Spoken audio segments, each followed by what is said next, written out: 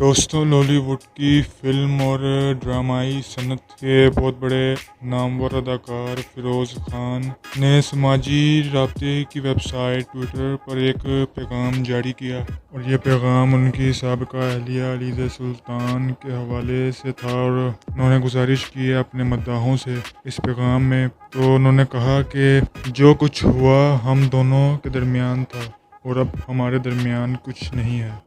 یہ بہت اچھا ہوگا کہ میرے مداح علیزہ کو تنہا چھوڑ دیں، ان کے لیے آسانی پیدا کریں اور انہیں دوبارہ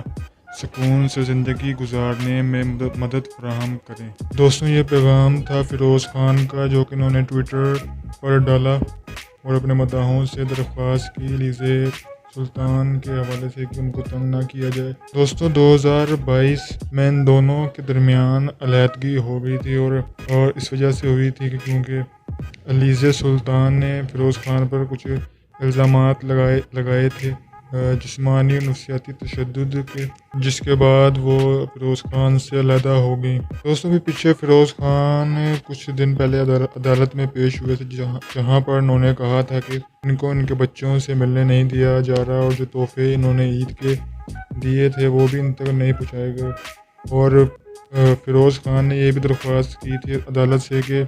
گرمیوں کی چھٹیوں میں ان کے بچے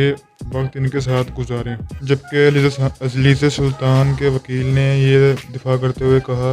کہ کچھ وجوہات کی وجہ سے، میڈیکل وجوہات کی وجہ سے بچوں کو عدالت میں لانا ناممکن تھا۔ تو فیروز خان پاکستان